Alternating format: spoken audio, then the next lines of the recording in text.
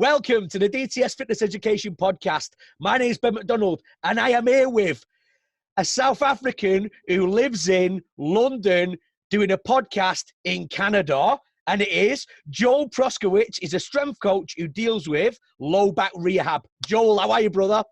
Ben, I'm really well, man. And I must tell you, when I turned on my computer and I heard that Manchester accent, I was very, very surprised, and it's fantastic. It's good to hear that there's a UK boy doing some good work in Canada. So thanks for having me on, man. No problem, Joel. And hopefully everybody can get about 70% of what we say. Do you know what I mean? Absolutely, because your accent's getting stronger and so is mine. So I suppose by the end of this podcast, they're going to need subtitles, man. I love it, Joel. I love it. Okay, so we're going to get rocking and rolling, brother. Let's see what happens. Okay, so first question. Have you personally ever dealt with back pain? Absolutely, Ben. So my life started off as a strength coach many moons ago, and I got involved in doing some heavy training, both in the world of martial arts and in bodybuilding, funny enough. And it was around about the early 2000s that I started to pick up some serious back pain symptoms. And I was back in South Africa in those days, and I went to go see a neurosurgeon. And they did, the whole gamut of tests and all the MRIs and the usual stuff that goes along with it. And they found that I'd actually fractured my spine at a very particular level. And the neurosurgeon's advice to me, Ben, I'll never forget this. He sat me down and he said, "Joel, what do you do? What's your day-to-day job?" And I said, "Doc, I'm a personal trainer and a strength and conditioning coach." And he said to me, "My advice to you is leave your job, go find something where you can sit behind a desk and look at a computer." He said, "Because if you don't," he said, "within the next 12 to 18 months, you're going to land up in a wheelchair." Those were his words to me. Wow. And those were pretty harsh words. However, for me, I stood up, I walked out of the office, and I'm a guy that always wants to try find the best solution. And that led me down the road to meeting Professor Stuart McGill, who I'm sure most of your listeners will know exactly who that is. And it was through my injury that I sought out Stu's work. And now, 20-something years later, I work with Stu and travel the world and teach his stuff. So, and I suppose also me being a guy who treats people with back pain, I really can empathize with them, because I understand when they tell me they've got neural radiating pain or they've got pain in their back. They're not talking to someone that hasn't ever experienced that. So it puts me, as succinctly as I can put it, utilizing Stu's book title that he did with Brian Carroll, I have a gift of an injury. So it's allowed me to be able to, as I say, get into the minds of the patients whom I see. Fantastic, mate. And that's an excellent book as well. Like The Gift of Injury by Stu McGill is a superb resource for people, a superb. Absolutely. Yeah, it's a great book, great book. So that's great, mate. Not that you had back pain, but that you have the experience. That's great that I had a fracture in my spine. It's all good. It's all good, Ben. And the thing is that it's amazing that when I say to a patient who's sitting in front of me here and describing all their pain, and they turn around and they say, "Do you understand what I mean, Joel?" And I turn around and I say, "Well, I understand exactly what you mean." And then I describe my injury. You can actually see the penny drop for them. And there's this change in the environment in my consulting room, where all of a sudden it's like they're willing to give a lot more over to me. At the minute I say that, compared to when they don't know about my injury. And I suppose it's, there's a very famous saying, Ben. They say warriors of the same disease have much to talk about. So on that basis, I suppose it levels the playing field, and it's a really good thing for me dealing with back pain patients. Anyway. I appreciate where you're coming from. Speaking from experience means a lot to people. That's excellent. So question number 2, What is your best advice, Joel, for someone with chronic low back pain based on your experience?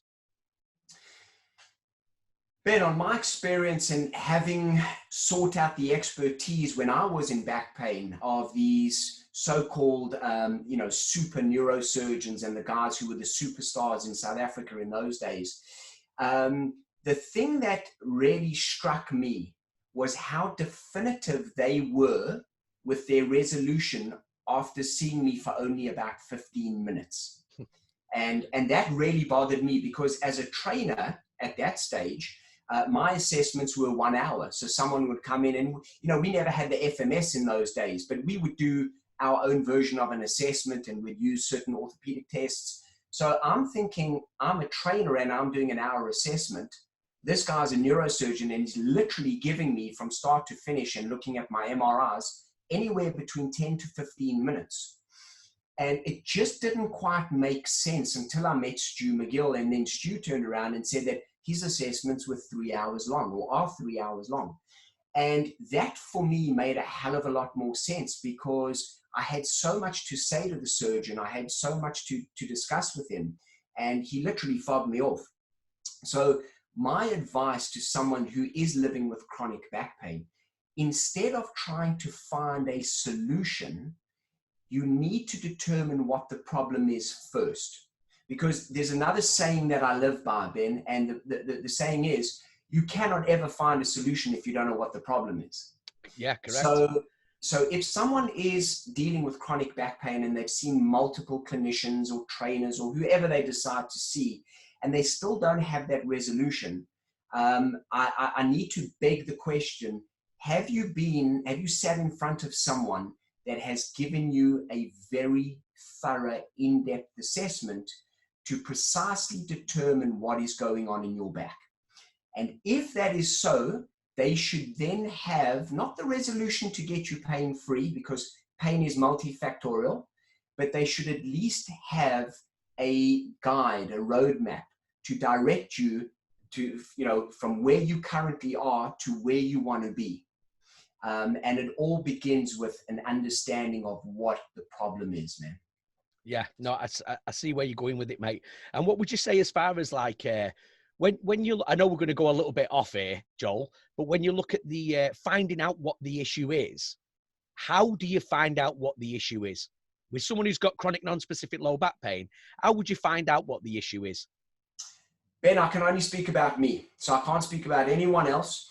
And the thing is, the skills that I've gained from being under the tutelage and the mentorship of Stu McGill has been the most unbelievable experience for me over the last 14 years, because it's incredible how his testing procedure, so his mechanical assessment, which is actually his real genius, because unfortunately people think that Stu McGill's real genius is these 3 exercises that are these magical exercises that get everyone pain-free. The McGill Big 3. I'm sure your listeners will know exactly what I'm talking about.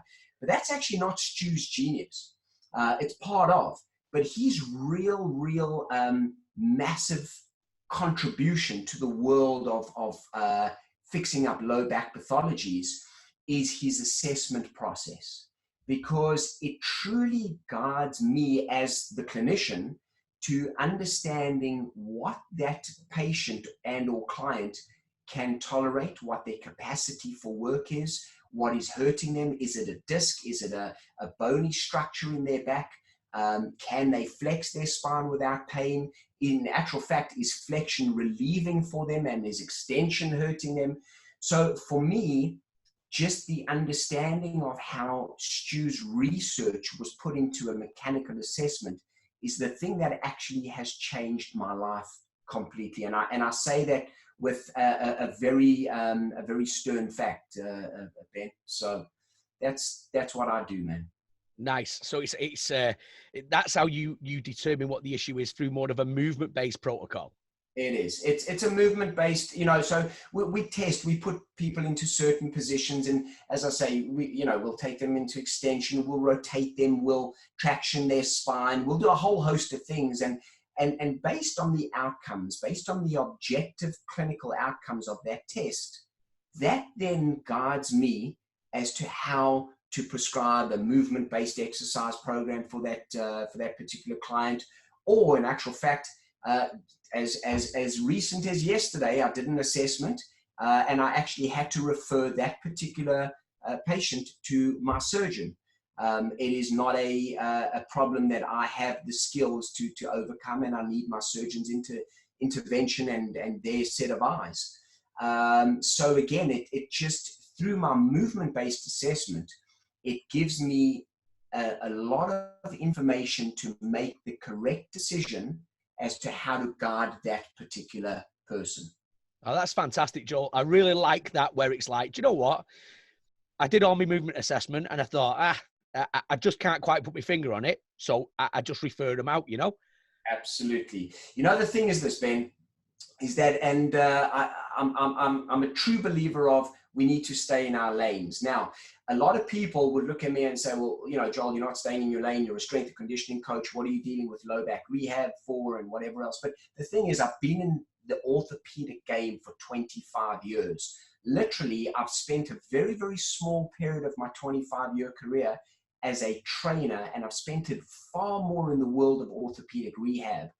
But in my case, Ben, I've got a huge amount of connections, and my network of clinical hands and minds are really, really large. So I've got 3 physical therapists who work on site at my facility. I've got 4 spinal surgeons who literally work down the road from me that I've got a direct link to. So if anything goes wrong, it's not even, I don't even need to get a hold of the secretary, man. I contacted my surgeon during the assessment yesterday and said, listen, I'm seeing something that I'm not entirely sure about. I need your opinion on this. And so from that perspective, I know what I know and I know what I don't know.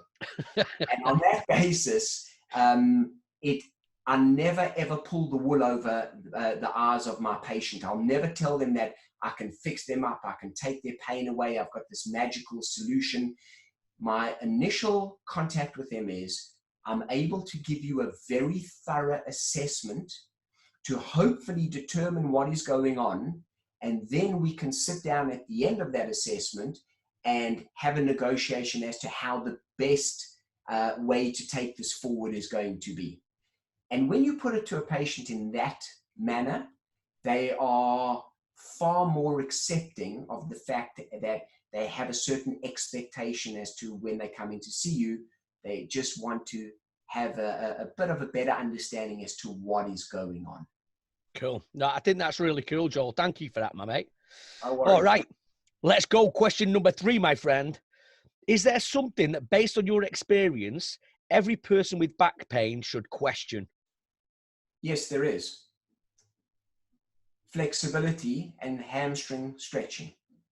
So it's very rare, Ben, very rare that someone walks into my facility to come and see me for a low back assessment and doesn't say to me, Joel, I've been given hamstring stretches and in actual fact, I'm getting worse. It's very, very common. And there's this misconception that a lot of back pain patients are given, that there's a correlation between stretching their hamstrings and getting their hamstrings loose, for want of a better term, and the alleviation of their back pain or the removal of those particular pain triggers or pain mechanism. It's never been shown, Ben, and in actual fact, if you reverse engineer everything, if you just think of everything in a logical sequence, when someone injures their back, whatever that injury is, whether it's a muscle injury or whether it's ligament or disc or whatever it is, the body perceives that there's a threat. And there could be a threat to the central nervous system, which is the brain and spinal cord. And the easiest threat, or the thing that has the easiest way of interrupting the central nervous system, would be a disc bulge, which, by the way, is very common. It's not normal. So if anyone ever tells you that disc bulges are not normal, that's not true. But anyway, be that as it may. So if there's a disc bulge and the body perceives that there's a threat, what the body does is it has a response in tightening up certain, or restricting is a better word, certain muscles to stop that person from doing a particular movement that could make the threat more impending.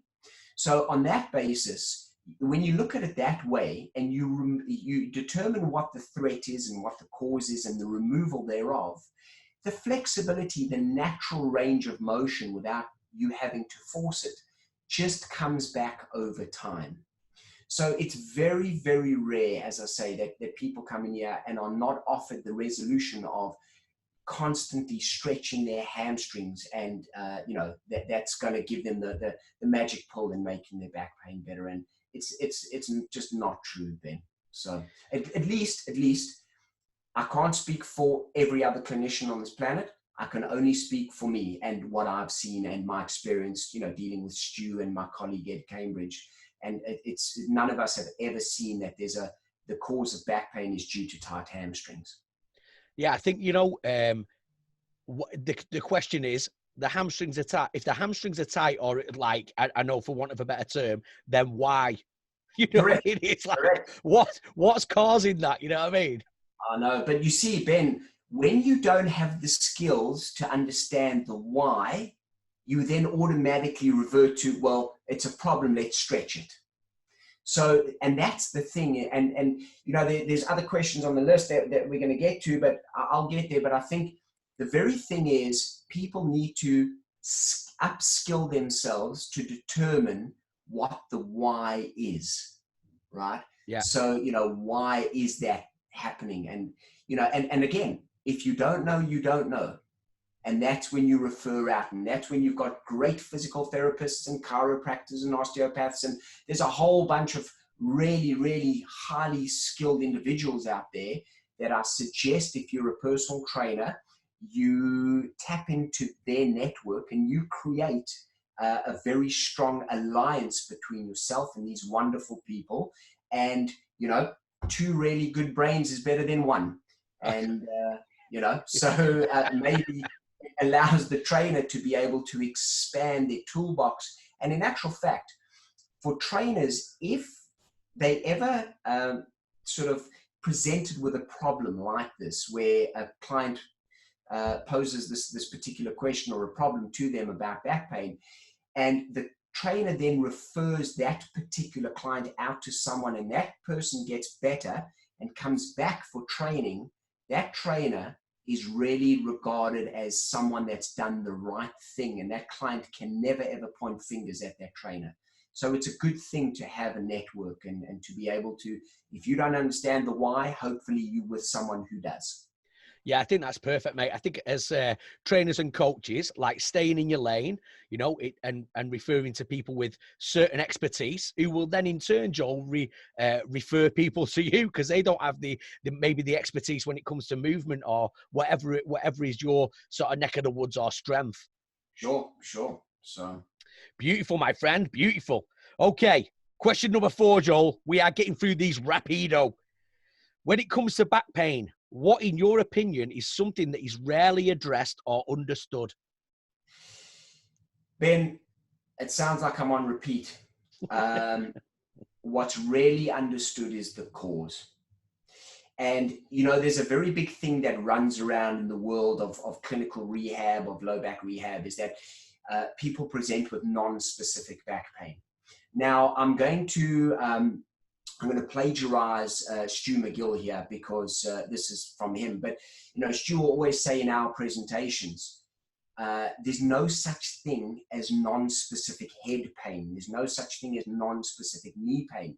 So then why in the world would we categorize the lower back as something different? Why would we say there's, you have non-specific back pain? Or, about 10 years ago, they used to use this term called lumbago, just this diffuse pain in your low back that they didn't quite know where it was from. And again, I just think if that is your diagnosis, you are really shortchanging that particular patient big time. It's probably better to turn around to that patient, if you're a clinician, and turn around and say, I actually don't know what's going on, and I need you to see my surgeon, or I need you to see someone else. But I think that's the biggest thing that a lot of people encounter, because when people come and see me And it's very rare, Ben. In actual fact, I've never ever had one person at the end of my 3-hour consultation say to me, Joel, that was completely useless. Never ever heard it. Okay. I've had everyone say to me, now I understand a hell of a lot better what all of this means. I understand what this radiological report on my MRIs means. I can put 2 and 2 together. I've got a better understanding, because at the end of the day, Ben, my goal in my career where I am now is to give that person in front of me the ability spine. I never want them to rely on me. I never want them to rely on someone who's going to have to see them every week for the next 8 months to try and get rid of their back pain. My goal is to create the self-efficacy required for that person to understand and empower themselves to understand how they can overcome their back troubles, ad infinitum for the rest of their life. That's my ultimate goal. So the number one thing for me is to determine the cause and therefore give them the resolution, which in turn creates self-efficacy. It empowers people. It takes away the fear. It takes away that psychosocial aspect of them thinking that they can never do certain things. And that's really, really important for back pain patients. They need to seek out the expertise of someone that has the ability to create the self-efficacy required for that patient. Yeah, I think that's excellent, mate. Because at the end of the day, if you want to go through the process, nobody's going to fix you back except you. You know what I mean? Exactly. You've got to go through that process, 100%, man. And that's the thing, again, it's beholden on me to actually mention this because I'm part of Stu McGill's organization, BackFit Pro. I'm one of only two people in the world who teach with Stu.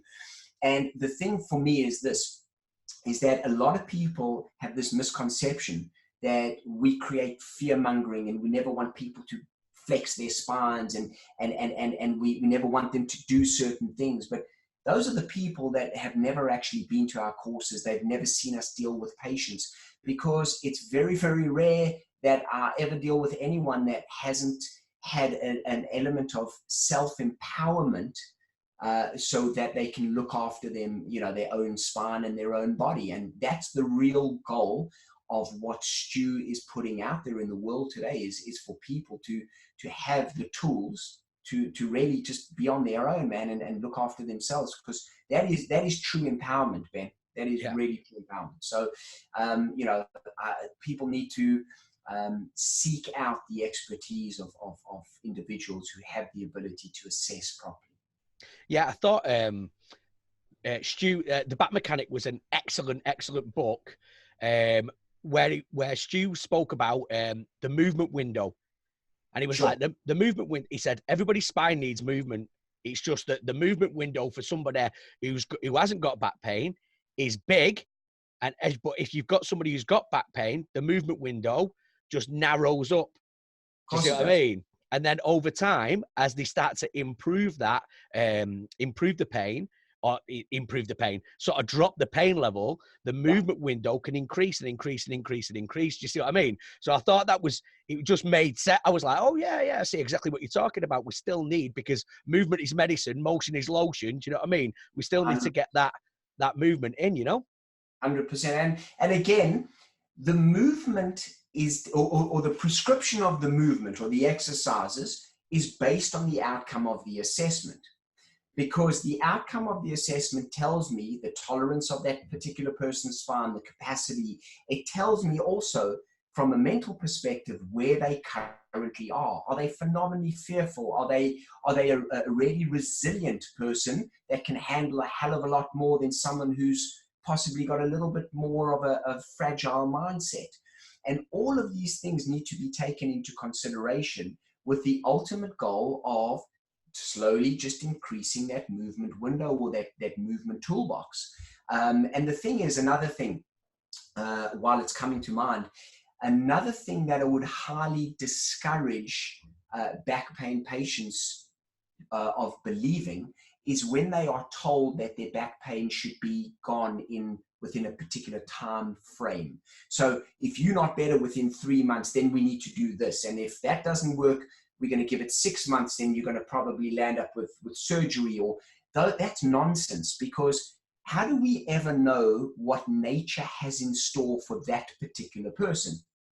How do we know how they recover, how their biochemical system is working? Do they sleep well? Do they eat well? Do they have high levels of stress? So I can never, ever predict that if you are under my care, you're going to be better in 6 weeks. That is, I find that partly criminal, okay? Because it's like I'm saying to someone who's coming to see me with pain that if they're not better in 6 weeks, then I've failed, or they failed. So I'm actually setting them up for failure. So it's really, really, again, it's beholden upon me to explain, and I get this question all the time, how long is it going to take? And I say to them, quite honestly, I've got no idea. You know, by next week, you could be better. I said, it may take us 18 months. I've got no idea. But again, Ben, when you display the confidence of not lying to someone or trying to make them feel that you are, you know, you hold the key to the ultimate solution, there's an element of, I get it. It's going to take me a little bit longer, you know? Yeah. And if it takes them quicker, then guess what, man? We've under-promised and over-delivered, and that's always a good thing. I like that, mate. And seeing as you're in the UK, there's actually a saying. I know you like your sayings, mate. So here's one for you. If someone says, how long is it? How long is it going to take? You say, how long's a piece of string? There we go, man. It could be any length. There you go, man. Exactly. Excellent, my mate. Okay, question number 5. What is the number one resource you would recommend for people with back pain? You can't ask me that, Ben, because I have to say BackFit Pro, man. So I've read a lot of stuff. I'm constantly trying to be a student of the game. I have got involved in heavy clinical textbooks and everything to that degree. I'm going to make this very, very simple. Back pain is a highly complex presentation.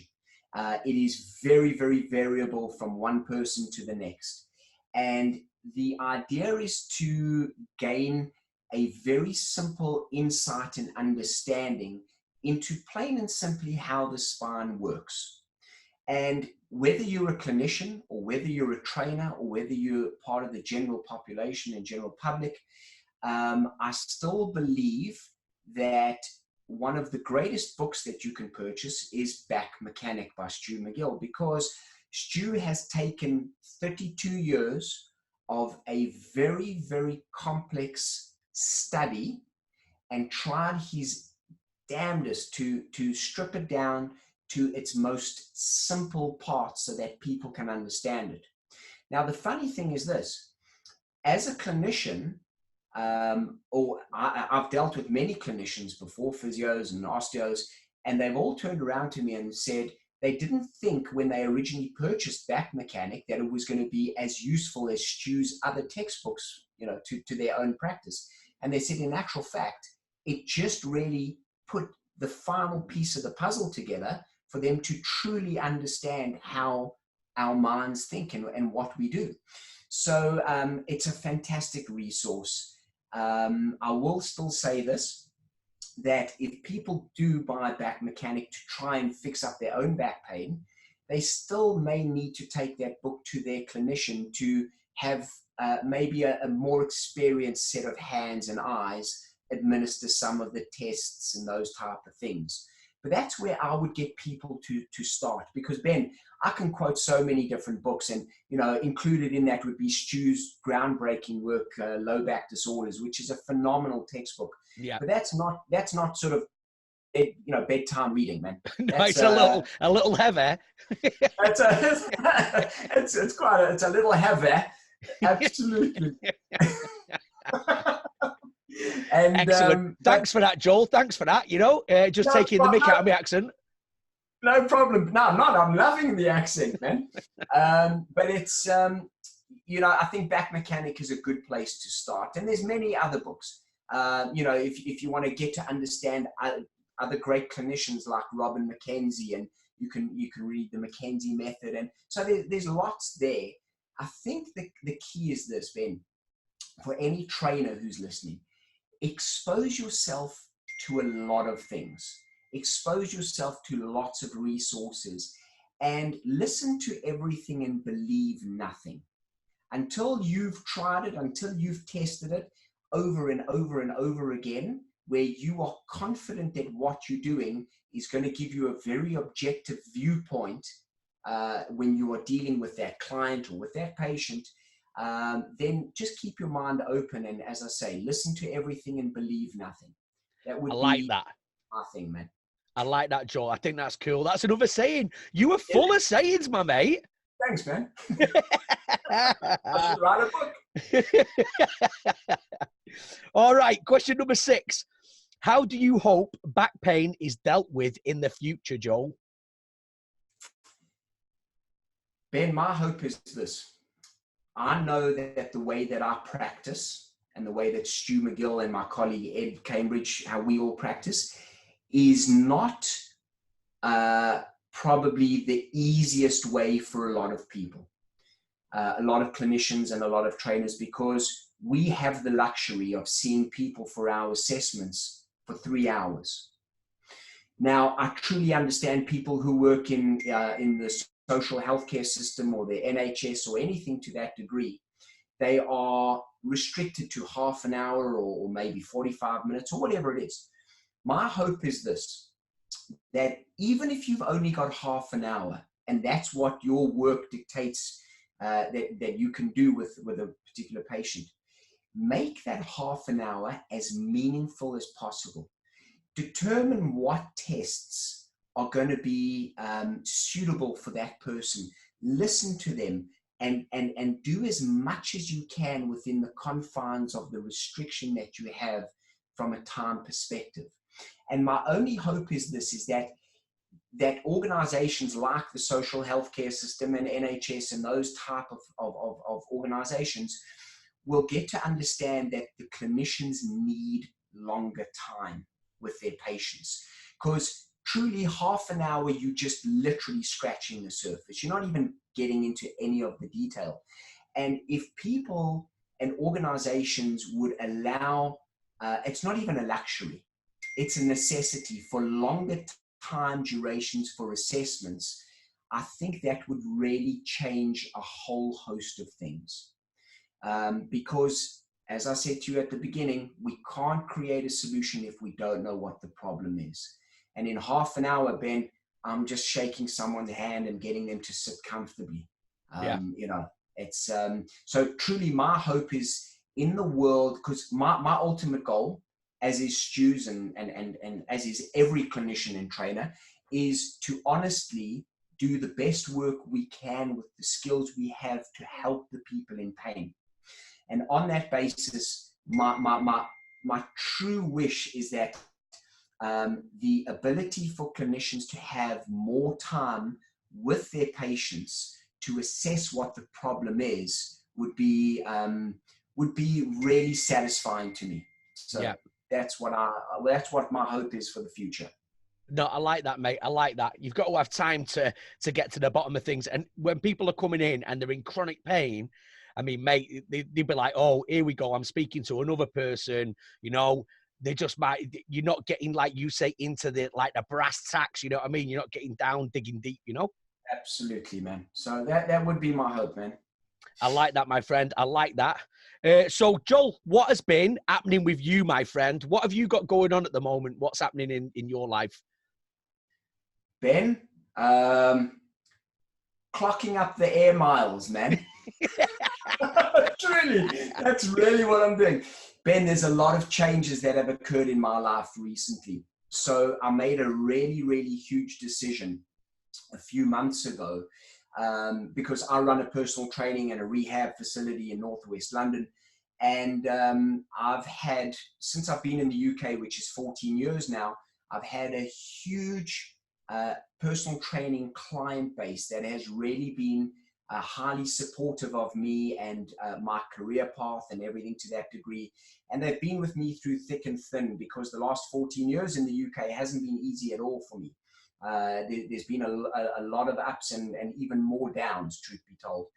But on that basis, I've had this core group of people that have given me the ability to, number one, feed my kids on a monthly basis, and number two, allow me to upskill and educate myself to be in the position that I'm currently in.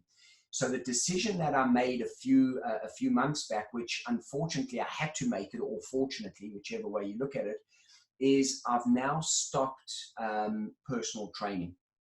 And I only deal, and I time I never took on new personal training clients, but I've now handed over, all my personal training clients to my trainers who are all part of PerformanceRx, and my clients are very, very well looked after, and they're under the care of really good people. And I've now dedicated literally my whole working life to the betterment of low back pathologies and low back pain. So all I do now is I see people for consults, and literally I travel the world teaching our McGill courses. So that's really all I do now.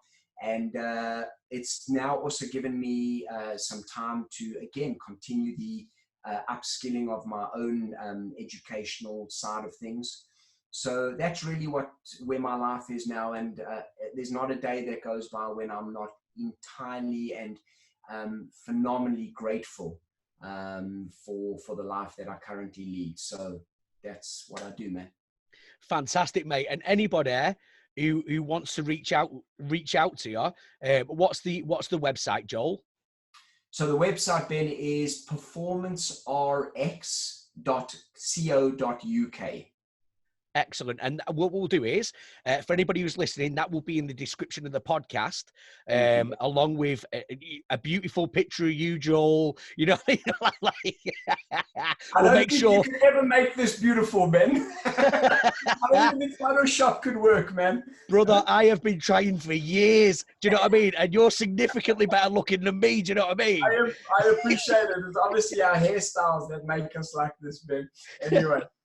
Yeah, so we'll have all that in the description. We'll make sure that anybody who wants to get in contact can get in contact, especially anybody who's got a low back pathology can reach out to you and touch base with you through those contact details.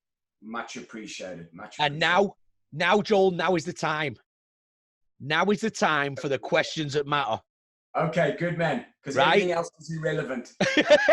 Obviously, this is my favourite bit. Good man. I want to hear it. Now, seeing as you're a South African boy, yeah, we're gonna. This is a good question for you. Okay.